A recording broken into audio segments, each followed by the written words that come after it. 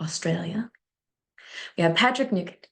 He is the founder of the Conscious Fatherhood, and he is an NLP and empowerment coach. And he's going to talk to us about breaking generational patterns and finding your tribe and getting to see life through the lens of your child. All very important topics. And it is just a pleasure. I love your hat. Patrick, thank you for joining us today. Thank you very much. You're very welcome. So, Patrick, tell us a little bit about your personal journey into fatherhood. My journey was definitely not, I guess, of the more traditional sense. So growing up myself from a young age, I didn't really sort of, have an absent father or anything like that. But I had a very beautiful upbringing, very standard sort of blue collar upbringing in the country, coal mining towns, just sort of your very quintessential, boy life, playing in the bush, having fun, rugby, getting into trouble, all those sorts of things. And growing up in the areas that I did through sort of the mining industry, through sporting industries in rugby league and all that, my version of what I guess a man or a father figure or a mentor was very, I guess, jaded from the beginning, just due to the nature of working in the mines for so long, the type of man or father figure that would work in those industries and how they would speak and how they would act and how they represented themselves for our gender. And then obviously through the sporting industry, especially for rugby league, if anyone knows of that, it's in the sheds and beers after the game and foul language and it's just that sort of bravado type scenario with a lot of areas like that. And I didn't really know what I wanted to be in terms of a man or a father growing up. It was sort of very unresponsive. I'd kind of pushed that part away from me from a younger age. I was very much the joker, the partier, the class clown, the jester, whoever it was, until I actually ended up getting to about just before the age of 30. And there was just something that switched in me. I moved out of my country town of 20 years, being in the coal mining towns. And I guess I just started to grow up quickly once I moved away from there. And once I moved away from that more sort of, I don't always used to like the word toxic, but it was sort of that damaging culture. I loved growing up there. It made me who I am today. But moving away from there, I didn't know anyone. So I had to sort of start to look more inwards and see the person that I wanted to be. And that was scary because, as men, it's very difficult to just take that time to be and really tap into our feelings and more that sort of feminine side of us. And once I actually moved to the Sunshine Coast, I didn't know anyone. And not knowing anyone, I wanted to seek out, I guess, some more social circles and find other people that, wanted what I wanted, but I just didn't know what it was yet. So then I discovered some men's circles here on the Sunshine Coast, connected in with them, and a lot of them were dads. And, I just started asking questions and trying to, I guess, get an insight into, the crazy life that is, being a parent and the journey of fatherhood. And it wasn't until I was 30 that I decided to actually pack up here on the Sunshine Coast, tell my family I was just leaving, and I moved over to China for 3 years with my now wife. And again, that added another level of unknownness, uncertainty, scaredness, because I'm going to a country where I no longer even know the language, but I also won't have a support network if I was to settle down. So fast forward a year of living over there, and me and my partner went from engaged to married to having our first child in a foreign country. So yeah, needless to say, things ramped up again. But what I did learn, I guess, about being a father over there is that you get to understand how to be a father very quickly when you're not surrounded by other people and your support network. And I had to learn along the way. There was a lot of bumps, challenges. There was times where I questioned whether this was even the right decision. Mm.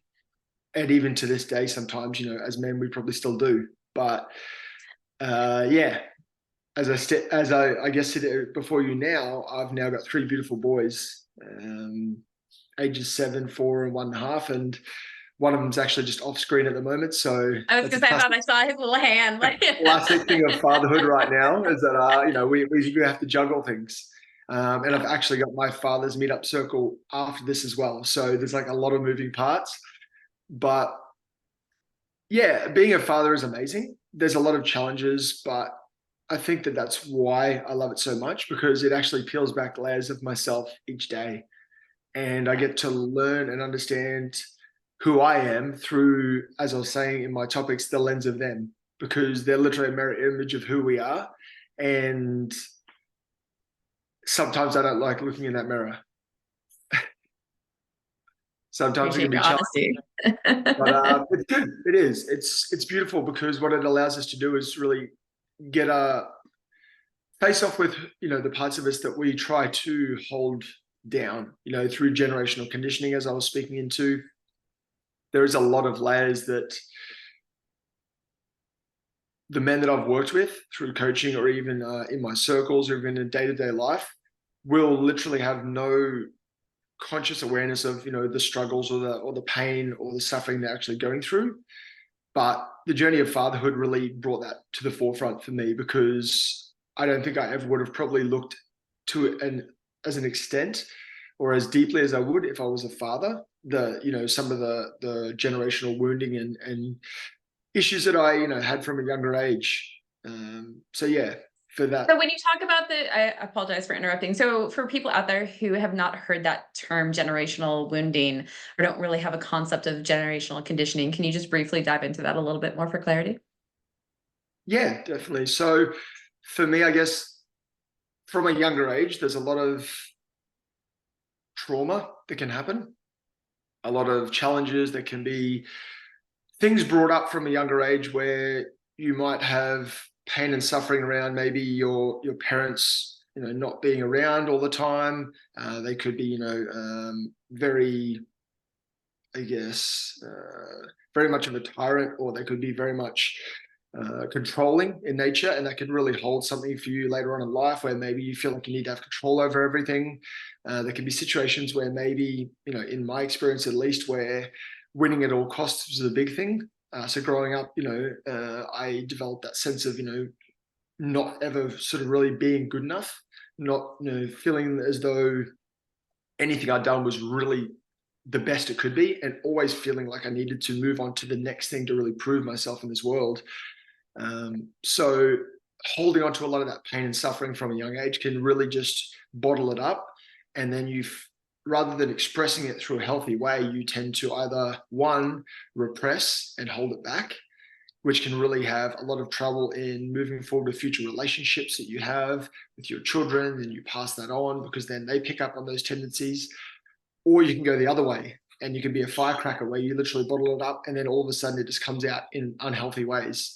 So, it could be through aggression, it could be through verbal abuse, it could be through self-harm, in whichever way that looks. So yeah, it can be, there's a lot of layers to it. Yeah, and I appreciate you sharing that clarification. So we have Kelvin has 6 kids. So, so I forget, how many children do you have? And I'm not sure if you've told us yet. So he has 3 kids, 3 kiddos. And Manny is joining us. You're not a father, correct, Manny? But you have much to learn, and you're open here in learning about himself, which is a beautiful sort of thing as well, because obviously so many of these conversations transcend even, just being a dad, right? Yeah, Manny? and I through my own personal therapy that I've been going through this last couple of years, one of the things that I'm learning is to father myself.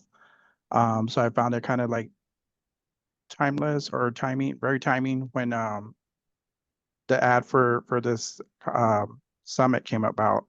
Because usually I would have strayed away for something like this, just because I'm not a father. But now, trying to heal, I know that now it's time for me to be my own father. And plus, I also have a 4-year-old nephew. Um, that I want to be able to be there for should something happen, or just be there in general. That's really beautiful, Manny. I appreciate you sharing that. And it's an important point because obviously all of us have fathers. And some people lose their fathers really early and some people, like very late in life, but there's still that imprint on some layer that we get to take a look at. Patrick, tell us more about the importance. So the importance of finding your tribe. I remember when we first spoke, you had a really just beautiful story about that.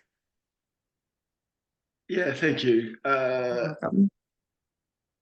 Yeah, it was, I guess, tied in with the story from when I moved to China. Mhm. I guess to fast track past that now and move on to the next part. Once I moved back from China itself, there was two parts to the story. The first one was that I understood that this was now the ending of a chapter for the friends and mates that I grew up with in school and ones that had moved to the Sunshine Coast even. The reason being is just because, unfortunately, we'd moved on to different wavelengths. There was a number of them that wanted to stay where they were, and there was nothing wrong with that. They were just happy to sort of live in that sort of lifestyle of living for the weekend and partying and spending the paycheck. And like I said, that's it's for everyone. But I wanted more. And like I mentioned, I needed to find not just a men's group for support with being a dad, but I also wanted to find people that would elevate me to be the best version of who I wanted to be and who I knew I could be. But I didn't have the tools or the resources or the means at the time because I hadn't really delved into that. I hadn't even put my foot in the door as I can't remember who was mentioning it before, but I was kind of under the mentality that it was still a little bit woo-woo because I've come from a mining background, footy. So anything with personal development, sitting around in circles, it wasn't so much of an ego thing as like, oh, this is not for me. These people are not my people. It was more so just the unconscious awareness of how beneficial it can be with having your own tribe and having men around you that you can trust with your deepest, darkest thoughts that are complete strangers, but can leave as brothers and as mates. And there's a difference for me between friends and mates. Friends are just people that, you maybe catch up with on the weekend, occasionally go out for a drink or whatever, but mates are few and far between. Like if they're true sort of, or you could almost say blood brothers if you want to use that term. But once I moved back from China, I fell into a pretty deep place of isolation. I felt very alone. I had my beautiful boy, I had my wife, and that was great. And I guess as a man, it's probably, it's hard for sometimes the female gender to maybe understand that being alone for a man is sometimes a lot harder, just because obviously we're with our thoughts a lot. We like to do, and not being able to have anyone to be around, let alone have any sort of real sense of purpose when I came back, was probably one of the hardest points in my life. So after moving in with those groups and being able to be surrounded by some amazing men that really I just seen were doing amazing things in life, and these were no different to me. And that's probably the biggest eye I had for anyone out there listening is that there's like never once did I put them on a pedestal, but I also was very shocked to realize that I am not unique. My challenges and my problems and all that, I'm not a unicorn. Every man there was just like me in their own ways. And from there, I guess the idea stemmed that these men's groups were great, but as fathers, we do actually have some unique challenges. We do have things that we get to celebrate that are a little bit different. And, for your everyday blue collar men, learning to change your first diaper without getting crap all over you is probably, not an exciting win for a lot of other guys, or putting your kid down to sleep by himself, or anything of, this nature as being a father. There is unique wins in that. And that's why I wanted to start up the circles that I do, because, it was an amazing opportunity to connect in with other dads on the coast, but also provide a network for other fathers to realize that they aren't alone and that there is an opportunity out there. And it was actually scary to know on the Sunshine Coast that there was a lot of men that had no idea that this even existed or this was a possibility. Most of them had just closed off that idea and thought they just had to go to work and hang with their families and repeat. So yeah, I think it was a beautiful opportunity to open something up that was closed off to myself and so many other men. Go ahead, Galvin. I'm like, I'll be right back. Patrick, I think that's powerful in what you're sharing, and I like that example that you gave of what a difference is between a friend and a mate. That's awesome. I like that a lot. As Alicia is taking a little bit of a break, I am intrigued and want to learn more about your thoughts, I think, in your next topic regarding seeing life through the lens of a child. What can you share more about that and elaborate more about that?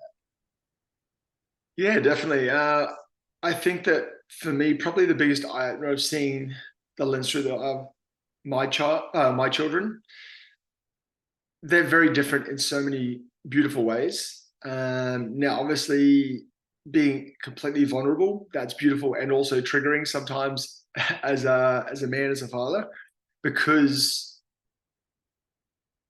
they are so unique. They also want your attention split across three ways for different things that they want to do.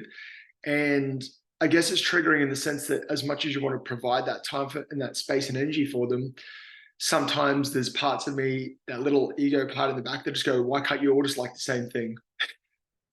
And I say that because obviously as a father yourself, it's kind of funny when, if they want something from the fridge or they want something from the shop, it always has to be the same. And if it's not, there's, meltdowns and frustrations and anger. But I've had to understand that my boys being unique and different is a beautiful thing, and that to not push any of my conditioning or my upbringing upon them based upon my desires and what I did as a kid and, the things that I love doing and sports and all that. Seeing my oldest boy take a path completely different to what I did in my upbringing, and being very nurturing as the first child, being very soft-natured and very, I guess, a little bit more emotional, was actually a beautiful thing. Although our relationship sometimes can be jaded, because I feel a deeper connection sometimes to my middle boy. And I say that only with complete honesty, even though I love them all unconditionally the same. So with my oldest boy, he's very much into, I guess, with animals, being very nurturing, very caring. He's got a very kind heart.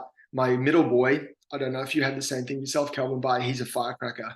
He's wanting to ride dirt bikes and fall over all the time and play rugby league and pretty much do anything that can hurt himself on a regular basis, day to day.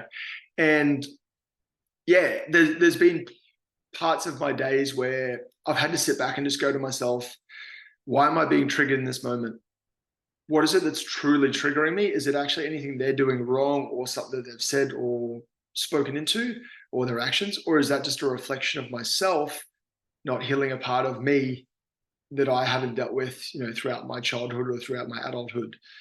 And yeah, there's been times where I've done the wrong thing, where I've raised my voice or I've done something that I regretted instantly, but I've had to sit back then and reflect on, what were they wanting out of the experience? Why did they act the way they did? What were they truly looking for? Was it more attention from dad? Was it the fact that they wanted to do this because it just made them happy and there was no ulterior motive? And I guess when I took more time to think into that and actually reflect on that, it allowed me to appreciate life through the way they look at it and not the way that I think they should look at it, or have a certain way of being or living in today's society, because they are kids and kids can do stuff just for the sake of doing it. There doesn't have to be a hidden agenda. They don't understand that yet. They just, if they want to go and throw something at the wall or eat 10 cookies for breakfast, they're just going to do it because it makes them happy, or they needed to get their rage out or whatever it is. So yeah, for me, it was just interesting to take a step back, slow down, and really appreciate each of them for their individual brilliances and the challenges that they are going through in life. Because a lot of the times as men and as fathers, in my own experience, we don't sort of give ourselves enough time to just have fun and be a kid and relax. And, you know, I know, for example, before I really started into men's work and personal development, you know, my boys might be outside running around, throwing themselves in the dirt and ripping stuff up in the yard. And I'm like, no, stop doing that. No, I'm going to have to go fix it and everything. And then you just see the looks on their face. It's like bewilderment. It's just like, what do you mean? I'm like, I'm just doing this because it was fun. I'm not trying to destroy anything. And it was triggering at first, but then I realized I'm like, no, if I get down there and do that with them, I'm now reinforcing that it's okay to just have fun, because if I don't, the scary thing is that after, you know, 2, 3, 4, 5, 6 years of this conditioning, they could just close that part of them off. And, you know, fun doesn't become an option. It becomes like a taboo thing of, you know, maybe I shouldn't do it. And they start to repress that. Then it just becomes a cycle, you know, for them and their kids and their kids' kids. So yeah, that links back in, I guess, with the generational conditioning side of it. But yeah, who doesn't love to have a bit of fun and throw dirt around? Patrick, that's awesome. I appreciate you sharing that. It's funny because my experience was different.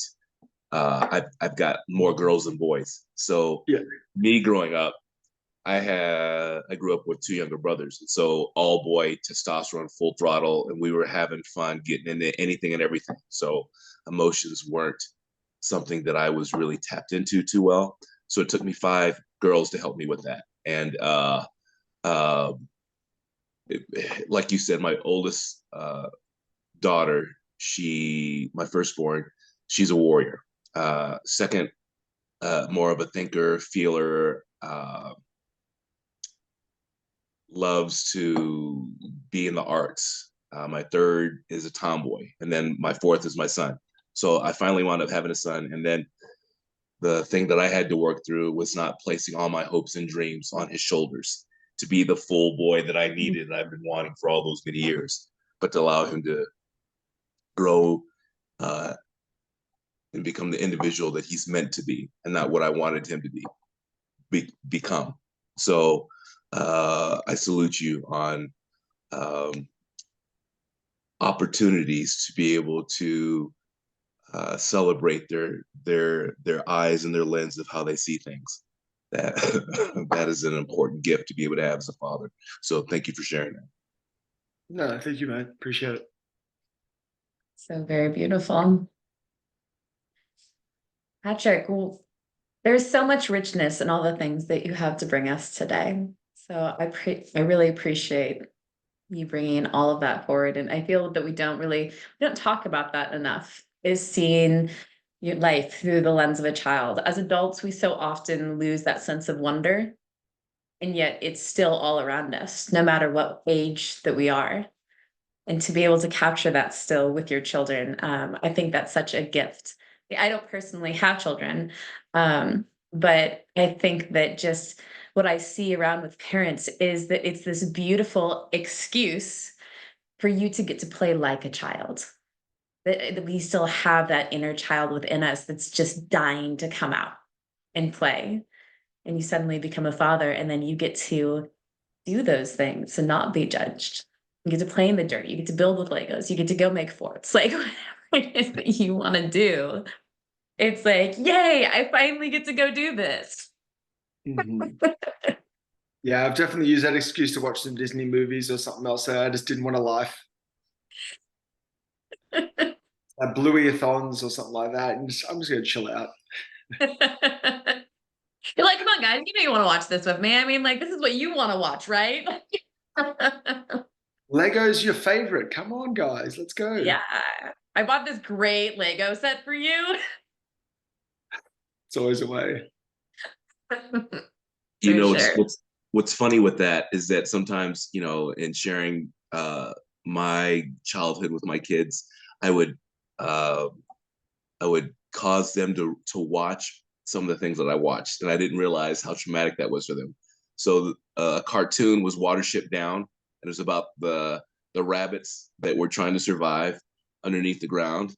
And I was thinking, hey, my kids would love this. I found out years later that my kids were like, Dad, that was the most horrendous cartoon I ever watched growing up. And I just want you to know that please don't ever do that again. So it was a growing experience. We worked past that. And it was good to be able to help with perspectives and love and care for them, that they are definitely different people and have different perspectives as how they see things. That's really beautiful. I love you sharing that, Calvin.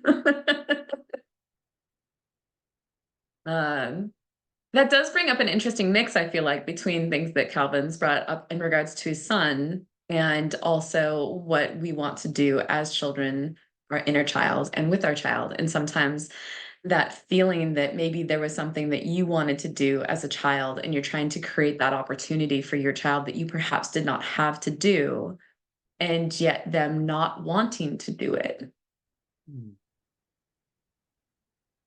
Yeah, that is, as I was mentioning to Calvin before. I'm like, did you guys talk about this already while I was gone for like 5 minutes? Just a little bit, but All right, no. okay, well, we can skip it. It's okay. I can just watch it later.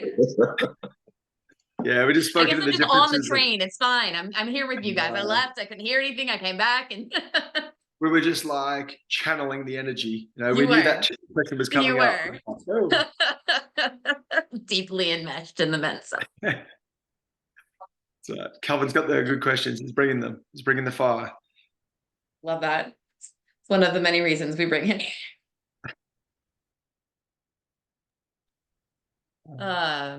So Patrick, we have a good amount of time left. Oh, do you need to go? Sorry, I just saw your text that you need to get your kiddo. My wife's up now. You might be able to hear him screaming like a dinosaur in the background, but yeah, Oh, yes. he actually he ran out of the garage where I've got my office set up and just locked the door on the other side anyway, and then just like ran off. It's like going to find where my wife was. So he's very independent for a 1.5-year-old. Yeah, he loves to sort of show his maturity at that age somehow. But now he's being a dinosaur, so the whole opposite. Now he's just being a big kid. So. Isn't that just an excellent opportunity to model what it is to be a father, right? Oh yeah. The many How do you hands create of that Joe. work-life balance? That's right. I've done many a Zoom call before with at least one of my boys sitting on my lap. Yeah, they're just subconsciously taking it in, right? 100%. I want to be on camera. I want to be with Dad. I'm like, okay, well, you know, it is being a father, I guess. There's no point shoving him off to the side, but he just walked off. He's very independent. It's like, no, I'm done. So I'm listening to you, Dad. Well, I'm grateful to your wife for helping to support you to be able to be here with us today. thank you. I do. You're welcome. I always want to acknowledge the people in the background supporting, making things possible for us to hold this space together. Definitely. I wouldn't be able to be at the meetups or here today if it wasn't for my wife. So yeah, I am very grateful. That's beautiful. It's nice when you find people that are in alignment, right? And then you get the opportunity to model that then for your children. Yeah. I mean, it's never easy, but you just get it done. Yeah. Yeah. What makes it easier for you as a father and what you're modeling for the kids? I think just having healthy boundaries is a big one. Just being able to make sure that each individual, you know, gets their time to fill their cup. And I guess this could go down a whole rabbit hole. I know we're aware of time, but I'll just keep it as short as possible. I know that in my wife's experience, at least, that it can be lopsided at times for mums through a number of different factors. One, obviously, you know, where we live now, she loves doing a lot of stuff outside that still involves our boys, or when we go on adventures, she loves to involve them. Two, mum guilt can come up as well. A lot of the times, not wanting to actually let go of your children or feeling like you shouldn't because, you know, you're not doing the right thing. But we try and balance it out as best as we can. My wife's just now found a love of getting back on the horse, so to speak, and doing horse riding again.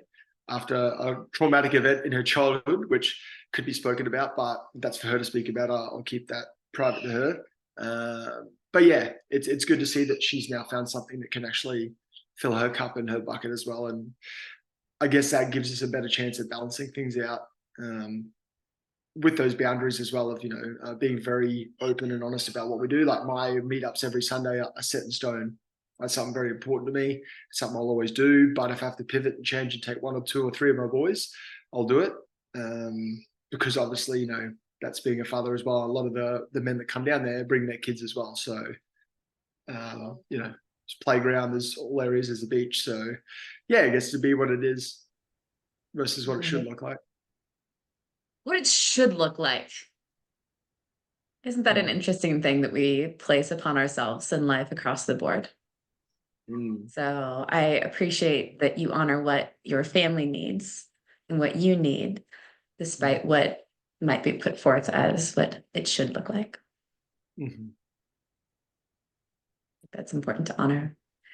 So, gentlemen, we have a couple minutes left and then we can have a break. We've been sitting for a very long time. I think it's important for space to be held and honor any stretching, running, bathroom breaks, food, all the different things before we have the fantastic Brian joining us as our next speaker. So Patrick, thank you so much for all you've done, all that you continue to do to support fathers everywhere and men and be a fantastic role model in the world today. And for your time here today, I deeply appreciate you. Yeah, thank you so much. I appreciate what you've created, Alyssa. I think it's essential. I think it's amazing to see so many fathers coming together and just sharing their wisdom and their experiences. So I guess, that we can be the permission slip for other fathers to follow suit. So yeah, thank you. You're very welcome. Thank you for that. I do appreciate it. Gentlemen, the floor is yours. We are at 3:30, so feel free if you would like to have casual conversation between all of you. If you need to get up and move about, do so. Patrick, I know you need to run to go off to your men's group, so I want to honor that as well. And thank you again. We'll connect. Ty. Hey, I am going to be leaving you all shortly to do my father thing. And before I do, a couple of things really stood out to me. The first one I want to speak to is Manny being here, not as a father, like to physical children, but to access that, from within himself, and that his commitment to himself is so clear.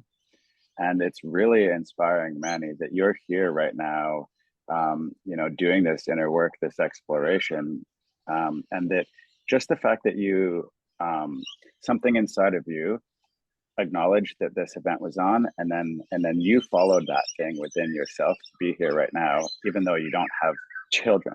So serious kudos to you, my friend. This is a beautiful thing to witness, man. So congratulations for that, really. The other thing I wanted to say before I left is, Calvin, what I wrote down when you were sharing the story about your father and in the front lines and being the only one that came out of that experience, was what I was present to was the miracle of life. Like the fact that all of that stuff happened, and then you're here right now and you've created a beautiful family of your own, and you're inspiring leadership in your own special way now. And it's just really like connected me to this miracle of life, that like it's not by chance that your father was the only one that came out, and that was the experience, of that now you're here in front of us and sharing your message. So thank you for that. And then I got a whole bunch of great stuff from Patrick, with the boys, and I love it. I've been in meetings and sessions myself with my son on my lap, and connecting to like that child within us. My son has been the one that's really sort of given me that gift. I wasn't present very much with my two daughters when they were his age, and so I've had this beautiful reset coming to Australia a year ago, and sort of letting go of all of the things that I thought were important in life, and reconnecting to what I now know is the true essence of everything. So thanks very much for bringing up the importance of being, this holding on to that childlike energy, because, you know, as children, they're the most pure beings, you know, they're the ones that are closest to the source of everything. And they come here without all that stuff that, you know, we create stories about and then, you know, shape our actions and our environments and all that stuff. So it's amazing that you said that. And I really appreciate you encouraging me to appreciate each of them for their individuality, because that's not something that I do enough. And so I really am thankful that you said that, because now I have the opportunity today to go and do that with my, you know, I got a 10-year-old daughter, 7-year-old daughter, and a 2.5-year-old son. So thank you to everybody. And Alicia, also thank you to you. If the recording's available to me, I'll definitely check out the rest when I have an opportunity. So Thank you, Ty. It's been a true privilege to have you here with us, and how much you've shared of your own personal journey, and yeah, just the kindness you've shown every single one of our speakers and myself. And it's just been fun and an honor to have you with us. So thank you for that. My pleasure. Have a great day, everyone. Thanks. You too. Take care. Thank you. We'll give you the recordings. Okay, bye. I was just going to jump in quickly and say, yeah, I do have to head off myself as well. I popped a message in the chat there, but thank you so much, Alicia. Yeah, once again, thank you for what you've created. It's so beautiful, and I'm very humbled to be a part of it and sharing my experiences. And I've taken a lot away, even just in that short period that I was there, with, you know, Kevin jumping in and asking me those questions and going a little bit deeper, and just hearing the reflections there as well.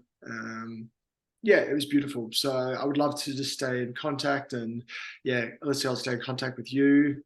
Look through the recordings, I'll get them out as well. And yeah, who knows, maybe some collaborations in the future. Thank you so much, Patrick. I appreciate you. And I hope you get to connect with the men later. Have a wonderful day, my friend. Take care, Patrick. Thank you. Bye. Oh, what a fantastic day. Oh, big stretches.